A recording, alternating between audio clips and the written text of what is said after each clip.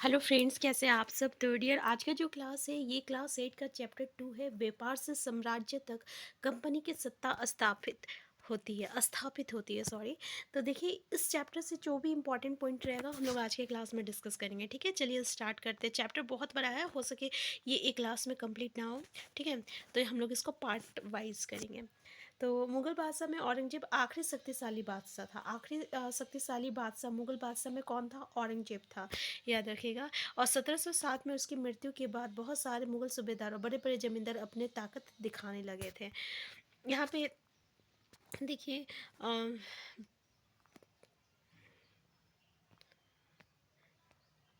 देखिए 1600 ईस्वी में क्या हुआ था। ईस्ट इंडिया कंपनी ने इंग्लैंड की महारानी एलिजाबेथ प्रथम से चार्टर अर्थात इजाज़तनामा हासिल कर लिया, जिससे कंपनी को पूरब से व्यापार करने का एक अधिकार मिल गया।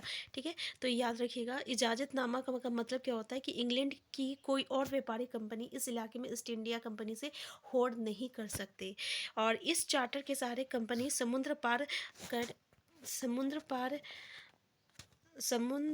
कहाँ है पार जाकर नए इलाके को खंगाल सकते थे। ठीक है, तो ये था इम्पोर्टेंट, यहाँ पे याद रखिएगा। वाणिज्यिक के देखिए क्या है, कंपनी को दूसरी अंग्रेजी व्यापारिक कंपनी की प्रतिस्पर्धा का कोई भय नहीं था। उस जमाने में वाणिज्यिक की कंपनियां मोटे तौर पर प्रतिस्पर्धा से बचकर ही मुनाफा कमा सकती थी। अगर कोई प्रतिस्पर्धी ना हो तो तभी वह सस्ती चीज़ें खरीद कर उन्हें ज़्यादा कीमत पर बेच सकते थे। मतलब समझ में आ गया, मतलब कि कंपटीशन, अगर कंपटीशन रहता था तभी वो सस्ती चीज़ें बेच सकता था। अगर कोई कंपटीशन नहीं रहता था तो सस्ती चीज़ें को वो बहुत ही ज़्यादा दाम में वो बेचते थे।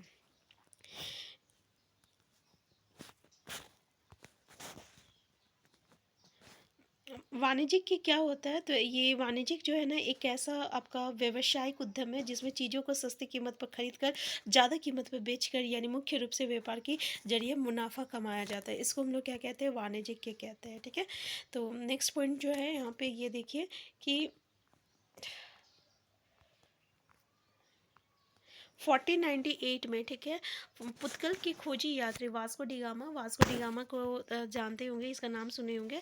ठीक है, तो याद रखिएगा 1498 में पहली बार भारत तक पहुंचने के लिए इस समुद्री मार्ग का पता लगाया था। वो तो कौन सबसे पहले आपका भारत पहुंचा था और कौन मार्ग से पहुंचा था?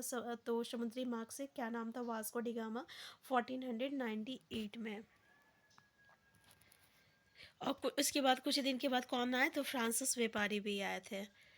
तो देखिए, यहाँ पे समस्या क्या था ना कि सारी कंपनी जो है एक ही जैसी चीज़ें खरीदना चाहते थे। यूरोप के बाजार में भारत के बने बारीक सूती कपड़े और रेशम की ज़बरदस्त मांग थी। इनके अलावा काली मिर्च, लौंग, इलायची, दालचीनी, इसका भी जो है ज़बरदस्त मांग था। और सारी कंपनी का एक ही था, एक ही चीज़ों पे जो है वो व्यापार करना चाहते थे, इसलिए कंपटीशन यहाँ पे बहुत ही ज़्यादा बढ़ गया था।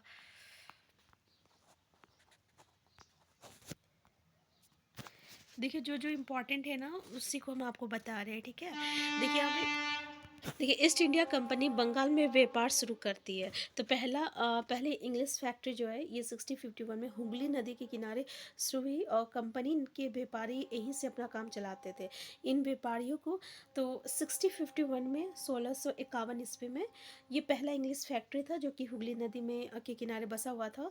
और कंपनी के व्यापारी यहाँ से अपना काम चलाते थे। इन व्यापारियों को उस जमाने में फैक्टर कहा जाता था। व्यापारी को क्या कहा जाता था? फैक्टर। तो फैक्टर मतलब याद रखिएगा, व्यापारी को कहा जाता था। और इस फैक्ट्री में वेयर हाउस था जहाँ निर्यात होने वाली चीज़ों को जमा किया जाता था। यहीं पर उसका दफ्तर थे जिनमें कंपनी के अफसर बैठे रहते थे। ठीक है, तो याद रखिएगा। यहाँ पे एक इम्पॉर्टेंट पॉइंट आता है, ठीक है, कि कंपनी ने मुगल सम्राट औरंगजेब को इस बात के लिए तैयार किया कि कंपनी को बिना शुल्क चुकाए व्यापार करने का फरमान जारी किए। ये क्वेश्चन पूछा जाता है कि किस सम्राट से मतलब इजाज़त लिया गया था? तो वो मुगल सम्राट था। ठीक, सॉरी, मुगल सम्राट औरंगजेब से जो है कंपनी जो है इजाज़त लिया था कि बिना शुल्क चुकाए जो है वो व्यापार करने का फरमान जारी करे। ठीक है, तो ये सिर्फ कंपनी के लिए था, लेकिन जो वहाँ पे जो निजी अफसर लोग थे ना उनके लिए नहीं था। लेकिन ये लोग भी जो है शुल्क नहीं चुकाते थे, जिसके कारण वहाँ पे क्या हुआ था ना, राजस्व जो है बहुत ही कम वसूली जाती थी। और उसके बाद उसके जो बंगाल के नवाब थे मुर्शिद कुली खान, तो बंगाल के नवाब क्या था? मुर्शिद कुली खान, वो फिर इसका विरोध किए थे। इतना क्लियर हो गया। यहाँ पे देखिए ये जो आप फिगर देख रहे हैं ना, ये मद्रास से जहाज़ों से सामान लाती स्थानीय नौकाएं हैं। और ये जो फिगर है ना, ये विलियम सिम्पसन के द्वारा बनाया गया है 1867 में। ठीक है, विलियम सिम्पसन के द्वारा बनाया गया है। देखिए ये चीज़ भी जो रहता है ना साइड में, काफ़ी इंपॉर्टेंट रहता है, इसलिए एक बार इसे ज़रूर पढ़ना चाहिए। अब व्यापार से युद्ध तक। अब व्यापार से युद्ध तक तो आपको कॉमन सी बात है ना, कि यहाँ पे अलग अलग जो व्यापार करने के लिए लोग आए, ठीक है, और सबका एक ही चीज़ था। तो इससे के कारण जो है आपका कंपटीशन काफ़ी ज़्यादा बढ़ गया था। ठीक है, तो यहाँ पे देखते हैं कि क्या हुआ, कि औरंगजेब की मृत्यु के बाद बंगाल के नवाब अपनी ताकत दिखाने के लगे थे। उस समय दूसरी क्षेत्रीय ताकतों की स्थिति भी ऐसी थी कि मुर्शिद कुली खान के बाद अली वर्दी खान और उसके बाद सिराजुद्दौला बंगाल के नवाब बने। यहाँ पे देख लीजिए, याद रखिएगा कि औरंगजेब की मृत्यु के बाद बंगाल के नवाब अपनी ताकत दिखाने लगे थे। और उसमें जो था, मुर्शिद कुली खान के बाद कौन नवाब बना था, तो अली वर्दी खान बना था। उसके बाद कौन बना था, तो सिराजुद्दौला बना था। ठीक है, यहाँ पे तीन है, मुर्शिद कुली खान के बाद अली वर्दी खान, उसके बाद सिराजुद्दौला। ठीक है, ये सभी शक्तिशाली शासक थे और उन्होंने कंपनी को रियायतें देने से मना कर दिया था। ये कंपनी को कोई रियायत नहीं देते थे। व्यापार का अधिकार देने के बदले कंपनी से नजराने मांगे, और उससे सिक्के ढालने का अधिकार नहीं दिया, और उसकी किलेबंदी को बढ़ाने से रोक दिया। कंपनी पर धोखाधड़ी का आरोप लगाते हुए उन्हें दलील दी कि उसकी वजह से बंगाल सरकार के राजस्व वसूली कम होती जा रही है और नवाबों की ताकत कमज़ोर पड़ रही है। कंपनी टैक्स चुकाने को तैयार नहीं थी और उसके अफसरों ने अपमानजनक चिट्ठियाँ लिखी, और नवाबों वो उनकी अधिकारियों को अपमानित करने का प्रयास किया। तो समझिए आ गया स्टोरी। क्या यहाँ पे मामला था कि जब इतने बड़े बड़े जब नवाब आए, और वो लोग जब कंपनी को, वो तो औरंगजेब ने फरमान जारी किया था कि भाई तुम बिना टैक्स का मतलब कि व्यापार कर सकते हो, लेकिन ये लोग बोले कि नहीं, अगर तुम टैक्स नहीं दे रहे हो तो इससे क्या हो रहा है कि बंगाल को कम टैक्स वसूली हो रहा है। ठीक है, तो वो जब उस पर मतलब कि अपना वो लोग क्या किए, चिट्ठी लिख के जो है इसको मतलब कि उल्टा बोले होंगे, मतलब अपमानजनक चिट्ठियाँ लिखी होगी, तो नवाबों ने उनके अधिकारियों को अपमानित करने का प्रयास किया। तो ये था स्टोरी। कंपनी का कहना था कि स्थानीय अधिकारियों की वेतुकी मांगों से कंपनी का व्यापार तबाह हो रहा है। व्यापार तभी फल फूल सकता है जब सरकार शुल्क हटा ले। कंपनी को इस बात का भी यकीन था कि व्यापार फैलाने के लिए अपनी आबादी बढ़ानी होगी, गांव खरीदना होगा, किलों को पुनर्निर्माण करना होगा। तो अब ये क्या, कंपनी क्या किया, वो सोचा कि हमको व्यापार करने के लिए क्या करना पड़ेगा, तो अपना आबादी बढ़ाना पड़ेगा, इसके लिए गांव खरीदना पड़ेगा और किले का जो है पुनर्निर्माण करना होगा। तो ये टकराव जो है दिनों दिन गंभीर होती गई, और इन टकराव के परिणाम जो है प्लासी का युद्ध हुआ था। तो प्लासी का युद्ध क्यों हुआ था, इसका रीज़न समझ में आ गया ना, कि ये कंपनी और जो है हम लोग का बंगाल के जो नवाब थे उनके बीच हुआ था, क्योंकि वो टैक्स नहीं देना चाहता था कंपनी, और ये टैक्स वसूलना चाहता था। ठीक है, तो प्लासी का यूज़ 1756 में हुई थी, सॉरी 56 में 1756 में 1756 ईस्वी में अली वर्दी खान की मृत्यु के बाद सिराजुद्दौला बंगाल का नवाब बना था। ठीक है, तो पहले मुर्शिद अली खान था, फिर आपका अली वर्दी खान था, और जब अली वर्दी खान मरा उसके बाद सिराजुद्दौला जो है बंगाल का नवाब बना था। तो कंपनी को सिराजुद्दौला की ताकत से काफ़ी व्यय था। सिराजुद्दौला की जगह कंपनी एक ऐसा कठपुतली नवाब चाहती थी कि उसे व्यापारिक रियायतें और अन्य सुविधाएं आसानी से देने में आनाकानी ना करे। कंपनी ने ये प्रयास किया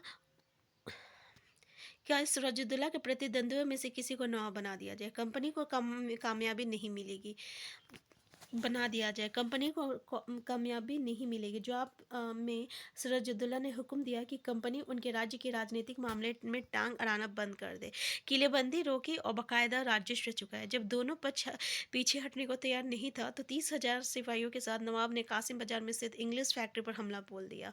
नवाब की फौज ने कंपनी के अफसरों को गिरफ्तार कर लिया, गोदाम पर ताला डाल दिया, अंग्रेजों के हथियार छीन ले गए और अंग्रेज जहाजों को घेरे में ले लिया। इसके बाद नवाब ने कंपनी के कलकत्ता स्थित किले पर कब्जा के लिए उधर का रुख ले लिया। कलकत्ता के हाथ से निकल जाने की खबर सुनने पर मद्रास में तैनात कंपनी के अफसरों ने रॉबर्ट क्लाइव के नेतृत्व में सेनाओं को रवाना कर दिया। ठीक है, किसके नेतृत्व में, तो रॉबर्ट क्लाइव के नेतृत्व में हुआ था।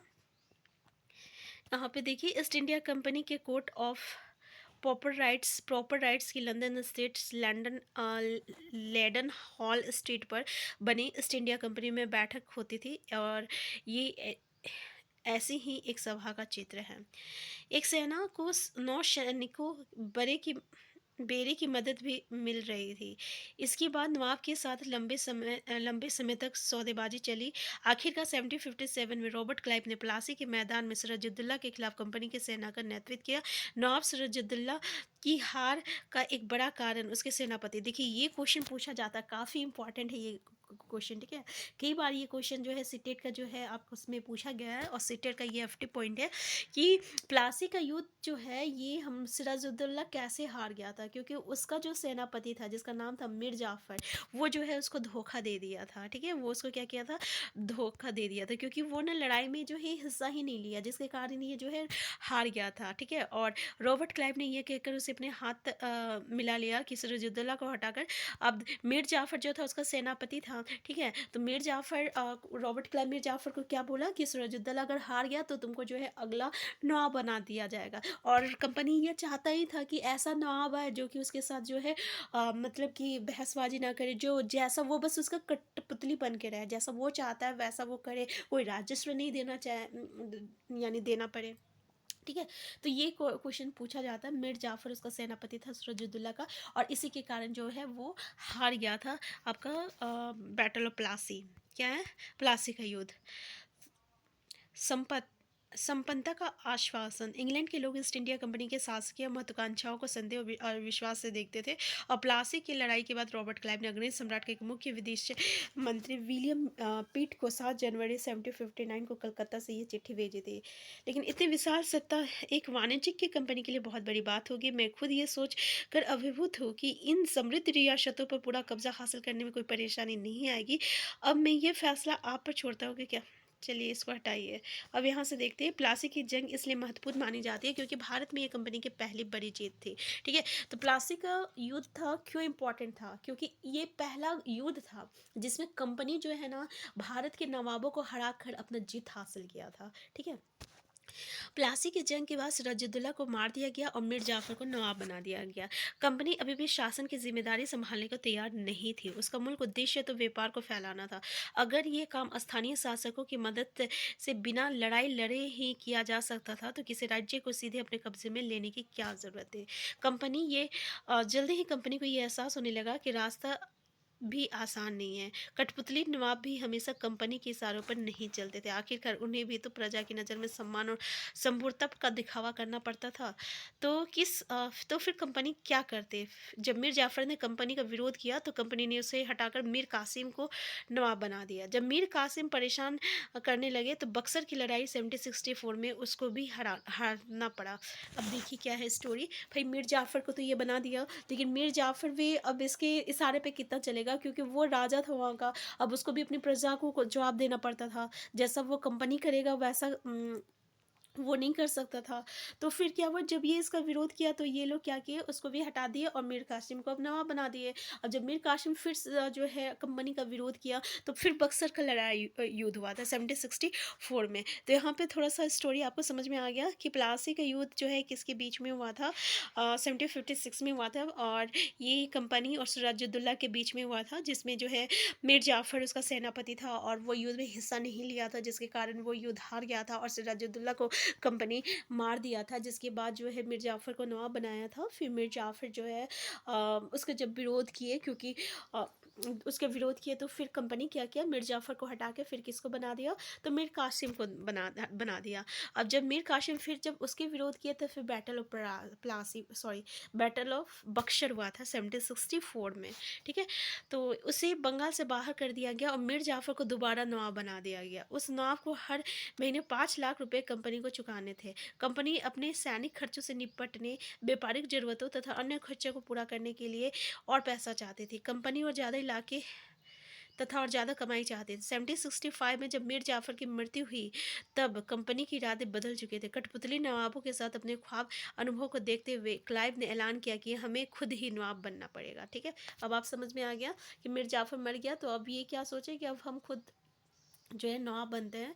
आखिरकार 1765 में मुगल सम्राट ने कंपनी को ही बंगाल प्रांत का दीवान नियुक्त कर दिया, और दीवानी मिलने के कारण कंपनी को बंगाल के विशाल राज्य संसाधनों पर नियंत्रण मिल गया। इस तरह कंपनी की एक पुरानी समस्या हल हो गई थी। 18वीं सदी की शुरुआत से ही भारत के साथ उसका व्यापार बढ़ता जा रहा था, लेकिन उसे भारत में ज़्यादातर चीज़ें ब्रिटेन से लाए गए सोने और चांदी के बदले में खरीदने पड़ती थी। इसकी वजह थी कि उस समय ब्रिटेन के पास भारत में बेचने के लिए कोई चीज़ नहीं थी। प्लासी की जंग के बाद ब्रिटेन की से सोने की निकासी कम होने लगी थी, और बंगाल की दीवानी मिलने के बाद तो ब्रिटेन से सोना लाने की जरूरत ही नहीं रही।